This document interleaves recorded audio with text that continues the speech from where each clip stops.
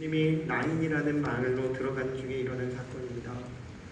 그곳에는 이 나인이라는 성은 갈릴리 호수 부근의 가버나움에서 하루길 정도 되는 거리에 있었던 동네입니다.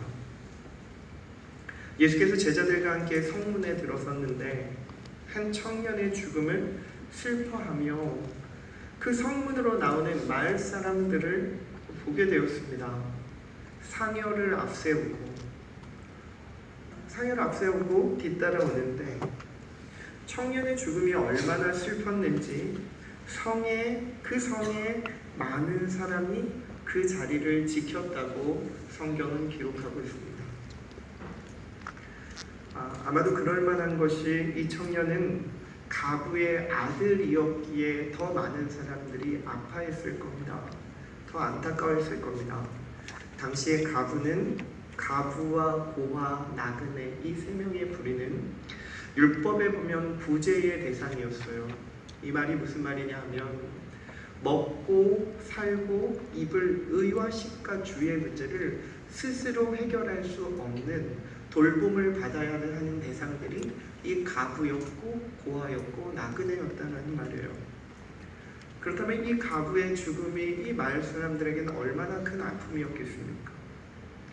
생존 자체가 불가능한 고통에 떨어져 있다라는 사실을 이 마을 주민뿐만 아니라 가부도 절절하게 알고 있었습니다.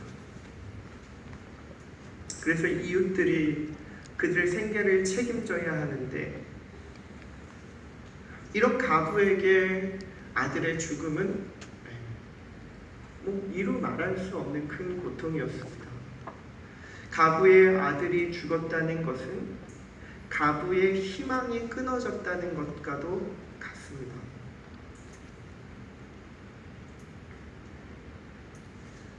이 아들이 자라서 생계를 책임져야 하는 이 생명을 부지할 수 있는 유일한 출구가 끊어진 상태.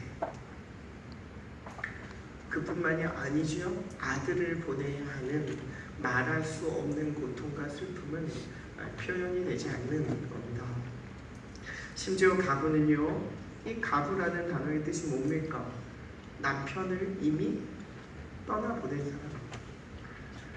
이제는 아들까지 보내야만 하는 이 엄청난 괴로움이 오늘 이 성경의 기자는 보여주고 있는 겁니다. 상여를 매는 사람들을 보면서 가부는 수많은 생각이 스쳐 지나갔을 겁니다.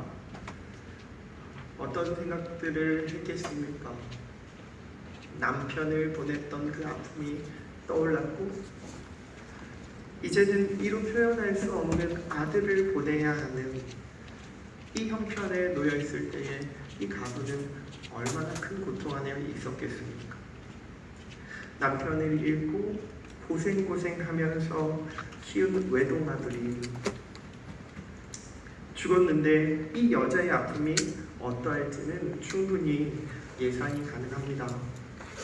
넋을 잃고 상여를 붙들지 않았겠습니까? 정신을 잃을 채 뒤따라가지 않았겠습니까? 이 여인을 보며 마을 사람들은 얼마나 눈물을 훔쳤겠습니까? 한 젊은이를 무덤에 묻기 위해 걸음을 옮기는 상여를 맨 사람들은 얼마나 참담한 심정으로 그 장례식장 안에 머물러 있었겠습니까? 차마 발걸음을 떼기 어려운 그런 아픈 현장입니다. 이 모습을 예수님도 보고 있었습니다. 이 모습 앞에 예수님도 멈춰설 수밖에 없었습니다. 예수님도 우리들처럼 가부를 보고 불쌍한 마음이 들었을 겁니다. 그리고 여인에게 뭐라고 말씀하십니까? 울지 말아라 라고 말씀하십니다. 여러분, 지금 상황은 울지 않을 상황이 아닙니다. 자신을 먼저 떠나보내는 것을 참척이라고 합니다. 참혹한 고통이라는 의미죠. 말로 표현이 안 되는 고통입니다. 더구나 남편을 잃은 적이 있는 여인인데 아들까지 잃으니 어떤 말로도 위로가 되겠습니까? 위로가 되지 않습니다. 이것을 버틸 수 있는 길은 아무것도 없습니다. 오직 통곡만이. 그녀가 할 수 있는 유일한 출구가 오직 통곡밖에 없는 이 현실이 그녀에게 최선이었습니다. 저에게 사랑하는 사람이 있습니다. 어렸을 때부터 같이 신앙생활을 하고 중학교 때부터 같이 신앙생활을 하고 제가 예수님을 만날 때 저를 위해 같이 밤을 새며 울어줬던 형, 지켜줬던 형이 먼저 신대원에 들어가고 제가 한 3년 정도 후에 신대원에 들어갔습니다. 제가 아프면 함께 아파하고 제가 울면 함께 울어주고 제가 기도하면 같이 기도해줬던 사람. 네, 우리 성결교회 목사님이시죠. 근데 그 형님이 1년 6개월 전에 아버지가 소천하셨어요. 아버지가. 그래서 가난 말기여서 이미 죽음을 가족들은 준비하고 있어서 물론 아팠지만 아버지를 떠나보내는 아픔이 있었지만 끝까지 장례를 잘 지켰습니다. 그리고 일주일에 전화가 왔어요. 제가 이제 사역을 계속 이어가고 있는데 전화가 와서 그때 와줘서 고맙다고, 끝까지 지켜줘서 고맙다고 이렇게 전화를 하고 사역이 어떠냐 그러면서 이야기를 나누고 이제 끊었습니다. 근데 제가 연락을 잘하는 편이 아니에요. 사람을 뭐 이렇게 먼저 연락하고 이런 게 아니고 그냥 언제든 뭐 2년 후에 전화해도 늘 가깝게 있으니까 언제든 만날 수 있는 사람 아닙니까? 그래서 2년 후에 혹 만나더라도 통화를 하더라도 늘 가깝게 여기고 있는 그렇게 기도로 늘 연결되어 있는 형이기에 뭐 2년, 3년 이 시간이 별로 중요하지 않았죠. 안부 전화를 받고 났어요. 그리고 5일 후가 지났습니다. 형이 쓰러졌다라는 소식을 받았어요. 그날 아주대학교 병원 중환자실을 그날 밤에 달려갔습니다. 병명은 뇌출혈이었습니다. 뭐 여러 가지 이야기들이 있지만 2주 후에 소천했습니다. 하나님의 부르심을 받았어요. 그게 불과 1년 6개월 전의 사건이에요. 아버지를 떠나보내고 그러고 나서 이제 아들이 이제 떠나간 겁니다. 이제 장례식장을 제가 지켜야 되는 거 아닙니까? 그래서 이제 3일을 지켰습니다. 네, 그 장례식장에서 가장 아픈 거는 형님의 어머니를 볼 수가 없는 거예요. 그 장례식장을 참석할 수도 없었고 집에 늘 있었죠. 그러다가 도무지 안 되겠는지 그날 한 이틀 둘째 날 밤인가 돼서야 어머니가 오신 거예요. 그래서 저를 안고 오시는데 남편을 떠나보내고 아들을 떠나는 이 비통함은 이로 표현할 수가 없는 거지요. 이 남겨진 자들의 고통, 넋을 잃고 울고 있는 그 어머니, 그리고 형수님과 남겨진 3명의 자녀들, 9살, 7살, 6살이었어요. 언제든 전화하면 만날 수 있고 저희 큰 지지자였던 사랑하는 형이 없다는 생각에 이 죽음을 어떻게 받아들일 수 있을지를 그때부터 고민하기 시작했습니다. 지금도 여전히 전화하면 받을 것 같은데 제 옆에는 없는 거예요. 하나님이 이 죽음의 고통이 뭡니까? 이 죽음이 남겨진 사람들에게 어떤 의미입니까? 아직 창창한 그 목사로서, 젊은 목사로서의 그 인생길은 하나님 어떻게 받아들여야 되는 겁니까? 이 남겨진 자녀들, 이들은 어떻게 우리가 책임질 수 있습니까? 그 참담한 고민, 이 죽음이라는, 이 실존이라는 고민 앞에 서게 된 거죠. 오늘 성경에 아들을 떠나보낸 이 나인성 가부도 다르지 않습니다. 그 어떤 것도 위로가 되지 않습니다. 아들의 삶이 끝났다는 아픔과 아들을 통해 먹고 살 수밖에 없는 생존 앞에 가부는 망언자실할 수밖에 없었습니다. 지금은 현실과 마주하지 않은 거예요. 장례식장에 있으면 현실과 마주하지 않은 거지요. 장례식에는 아무 정신도 없습니다. 그냥 시간의 흐름에 몸을 맡길 수밖에 없는 거예요. 의식을 맡길 수밖에 없는 거예요. 문제는 뭡니까? 장례가 끝난 이유죠. 가부는 장례가 끝난 이후에 더 막막했을 겁니다. 살아갈 이유를 찾지 못했을 겁니다. 그런 절망의 마음에 있는 여인에게, 사녀의 뒤를 쫓아가며 아파하고 있는 여인에게 갑자기 한 소리가 들립니다. 울지 말아라. 여러분, 여자의 심정이 어떻겠습니까? 울음이 안 나오는 상황입니까? 울지 말라고 하면 울음을 그칠 수 있는 상황이 정말 많습니까? 슬픔에 몸부림치고 있는 여인에게, 우는 것 외에는 아무것도 할 수 없는 여인에게 울지 말라라는 소리가 가당키나 한 말입니까? 그러나 여러분, 이 말을 누가 하는가가 중요합니다. 십자가의 고통을 아시고 죽음의 길을 기꺼이 감내하시는 그 주님이 이 말씀을 하셨다는 것이 중요한 거죠. 그 주님께서 하신 울지 말라라는 말씀은 그녀의 영혼을 어루만지는 위로의 말씀이었습니다. 여러분, 이런 경험이 쉽게 주어지는 것이 아니에요. 주님의 말씀이 그 영혼을 만지는 겁니다. 한마디의 그 표현이, 그 말이 그 가부를 만지는 거죠. 오늘날 우리 주변에 울고 있는 영혼들이 얼마나 많습니까? 경쟁이라는 시스템 안에서 생존해야 하는 오늘날의 시대, 어쩌면 가부와도 같습니다. 여러분, 그냥 이 가부의 상황이, 이 비통함이 그냥 자녀를 떠나보내고 남편을 떠나보내서 비통한 게 아니에요. 오늘날의 시대가 제가 보기엔 대부분의 모아는 이들이 가부와 같은 인생을 살아가는 것처럼 보입니다. 경쟁이라는 이 사회구조 안에서 이 영혼이 얼마나 피폐하고 말라가고 있습니까? 그런데 아무것도 모르죠. 정말 아무것도 모르는 사람들은 그의 영혼이 망가지는 줄도 모른 채 경쟁사대에 내몰려서 그렇게 인생답게 살아보지 못하고 그냥 도서관에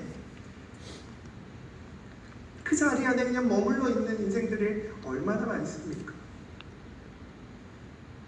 영적으로 예민한 사람들은 세상의 체제와 가치가 영혼의 파멸에 이른다는 사실을 아는 사람이에요. 그런데 여러분, 문제는 이 사회가 이 말하는 이 시스템에 우리가 잘 속는다는 거예요. 자신의 실체를 바르게 깨닫지 못하는 거죠. 인간 실존에 대한 진지한 고민이 없는 겁니다. 꼭 불행한 사람만이 가부와 같은 사람이 아니라는 거예요. 사랑하는 사람을 떠나보낸 사람만이 가부와 같은 사람이 아니라는 거예요. 이 사회에서 행복의 조건을 두루 갖춘 사람도 근본적으로 가부와 다를 바가 없는 사람입니다. 왜 그렇습니까? 여러분, 세상에서 괜찮다고 여기며 사는 사람들, 저 사람 인생은 좀 뭔가 다른 것 같아, 성공한 것 같아 라고 말하고 있는 그 사람들, 여러분, 그 사람들은 정말 다른 인생 사는 겁니까? 아닙니다. 여러분, 이 인간 실존이라는 것은요, 이 기본적인 먹고 마시고 싸고 하는 이 기본적인 그 근본 생활이 마지막 날에는 다 훼손되고 다 파괴될 수밖에 없어지는 날이 반드시 온다는 거예요. 마찬가지죠. 죽음이라는 것 앞에 가져갈 수 있는 게 뭐가 있습니까? 여러분, 재산을 가져갈 수 있습니까? 명예를 가져갈 수 있습니까? 아니면 그 어떤 것을 하나님 앞에 가져갈 수 있는 것이 도대체 뭡니까? 여러분, 시간의 차이만 있을 뿐이지 우리의 삶은 궁극적으로 상실의 과정이에요. 죽음으로 치닫고 있는 이 인생 안에 잃어가는 시대를 살아가고 있는 겁니다. 부둥켜 안고 부여잡으려 하지만 잡을 수 없는 게 인생이에요. 근데 유일하게 남는 게 있어요. 그게 뭡니까? 주를 향한 섬김과 주를 향한 사랑이죠.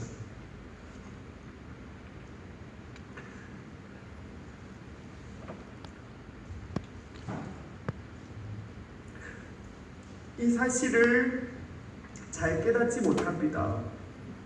이 세상을 살아가는 많은 이들은 이 사실을 모르고 살아가죠. 심지어 깨달아도 일부러 피하는 사람들도 있어요. 죽음을 생각하지 않지요. 그 죽음은 나와 먼 거리에 있는 먼 인생인 것처럼 느껴지는 겁니다. 자신도 곧 사형에 들어갈 것이라는 이 엄정한 사실을 외면한 채 사람들은 행복이라는 말로 자신에게 속으며 인생을 살아가고 있습니다. 자신도 속고 심지어 주변 사람들도 속지요. 가정은 정말 행복해 보여도 저런 성공한 인생은 뭔가 다른 것처럼 산다라고 보여지는 그 인생도 여러분, 인간 실존 앞엔 아무것도 아니라는 거예요. 그런데 이 인생을 우리는 부러워하는 거 아닙니까? 여러분이 쫓고 있는 그 성공이라는 인생을 그토록 부러워하며 여러분들은 열심을 내고 있는 건 아닙니까? 결국은 이 정도 수준에서 사는 거예요. 시간이 지나보십시오. 시간이 지나고 우리가 나이가 먹어서 뭔가 좀 다른 인생 살 것 같지요? 아닙니다. 그런데 여러분, 끝까지 주변인처럼 사는 인생들은 롤모델을 부단히 찾아내기로 했습니다. 성공이 가치입니다. 성공이. 행복한 인생, 인생다운 인생, 그것이 부족함 없는 그 인생이 마치 부를 누리는 것, 무언가를 성취하는 것으로 달성될 것 같죠. 그렇게 행복의 조건을 찾아 헤매고 있습니다. 성공신화에 목이 메어 거기에 전부를 내어던지는 인생들, 아무도 결핍과 부족함에 대해서 생각하고 싶어 하지 않는 인생들, 그것이 바로 우리들 아닙니까? 손해보기 싫어하고 인생에 대한 아픔과 질구를 그냥 넘어가고 싶어 하는 자들, 그들이 바로 우리는 아닙니까?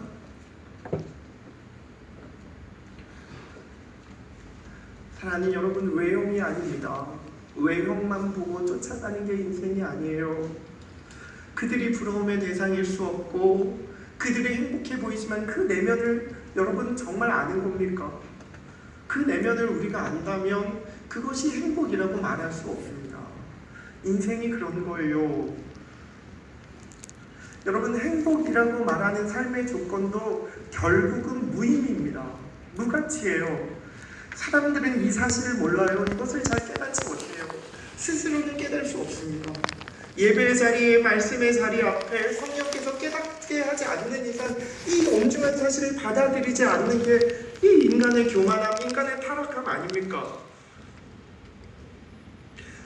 여러분, 지혜로운 사람은 바울의 고백을 기억해야 됩니다. 바울은 뭐라고 얘기합니까? 로마서 8장 22절 말씀에 한번 찾아봅시다. 로마서 8장 22절.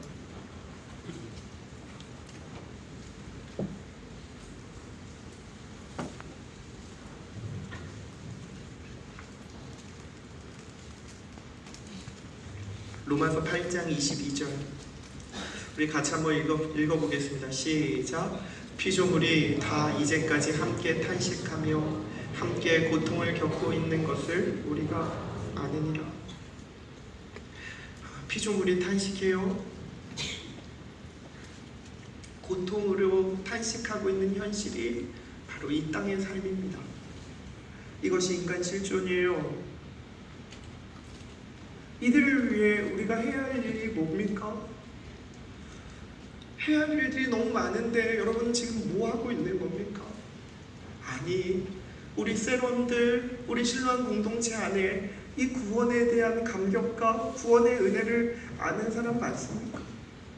이 생명의 가치를 아는 사람이 많습니까?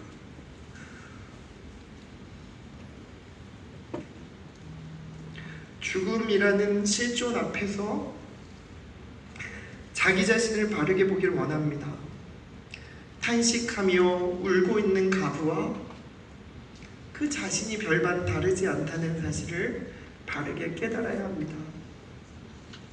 그 깨달을 때 비로소 구원이 시작되는 거고, 깨달을 때 비로소 진짜 인생다운 인생을 살아가게 되는 겁니다. 그러면 이 깨달음은 어디서부터 시작하는 겁니까? 자기 자신을 바르게 들여다볼 때부터 시작하는 겁니다. 하나님의 말씀을 통해 성령께서 그 말씀을 깨닫게 하시고 비로소 자기 자신을 보게 될 때에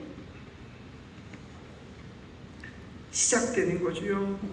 그 인생이 드디어 보여지기 시작하는 겁니다. 여러분의 행복한 순간을 한번 떠올려 보십시오. 사랑하는 사람들과 같이 있고, 또 뭘 하면 또 행복할까요? 같이 있고, 집도 사고, 차도 사고, 또 내가 원하는 그 모든 직장에 들어가고, 가정도 이루고, 좋지요? 그러나 그 순간은 다 좋습니다. 그러나 그 순간이 지나고 나면 어떻습니까? 그 모든 행복했던 그 순간이 지나고 나면 어때요?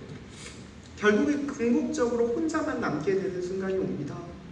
내가 행복이라고 말하지만 인간 실존은 결국은 상실의 가정이고, 모든 것을 잃다 보면 어느 순간에 나 혼자임을 알게 되는 자리가 반드시 온다는 거예요. 결국은 혼자입니다, 여러분. 아무리 즐거운 순간에도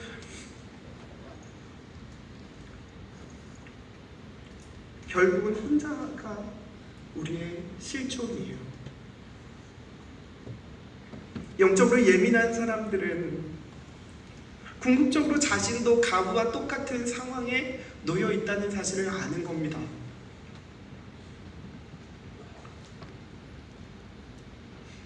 여러분, 기본적으로 인간은 홀로 살아가는 거죠.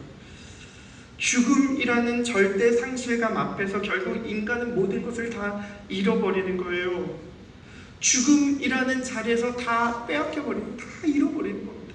그토록 붙들고 살았던 그 모든 것들을 다 놓아야 하는 순간이 죽음이라는 엄정한 현실 앞에 놓여져 있어요.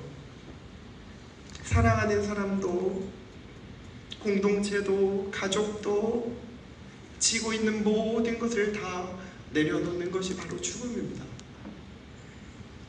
주 안에 사랑하는 여러분, 모든 것을 잃어버리는 이 죽음이라는 실존 앞에 모든 것을 잃는 순간에 예수님이 우리 인생에 끼어 들어오셔야 합니다. 주님이 오셔야 됩니다. 이 사실을 우리가 받아들이고 그 주님이 우리 인생 가운데 들어오시기를, 주님이 우리 인생 가운데 말씀하시기를 간절히 사모해야 합니다. 이 가부의 인생 가운데 주님이 말씀하셨습니다. 울지 말라. 그리고 청년에게 말합니다. 청년아, 일어나라. 이 두 마디의 말씀이 가부와 청년에게 참된 생명을 부여했습니다. 주님의 말씀이 온전한 생명을 허락해 주시는 겁니다. 참된 소망은 어디에 있습니까? 오직 예수님께만 있습니다. 예수님은 십자가에 죽으셔서 인간의 처절함을 압니다. 죽음을 경험하신 그 주님이 인간의 끝을 아시는 분이에요. 하나님으로부터 버림받은 고통도 당하시고, 예수님은 십자가 사건을 통해 철저하게 인간의 고통과 아픔을 아셨고, 그 사건을 통해 온전한 사랑을 우리에게 보여주셨죠. 이 십자가의 놀라운 사건과 부활 사건을 통해 우리에게 참된 생명을 부여해 주셨습니다. 그 주님이 우리에게 말씀하십니다. 울지 말아라. 사랑하는 여러분, 주님을 만나야 합니다. 주님을 만나는 것 외에는 다른 답이 없습니다. 그런데 묻고 싶은 것이 있습니다. 여러분 정말 주님을 만나길 원합니까?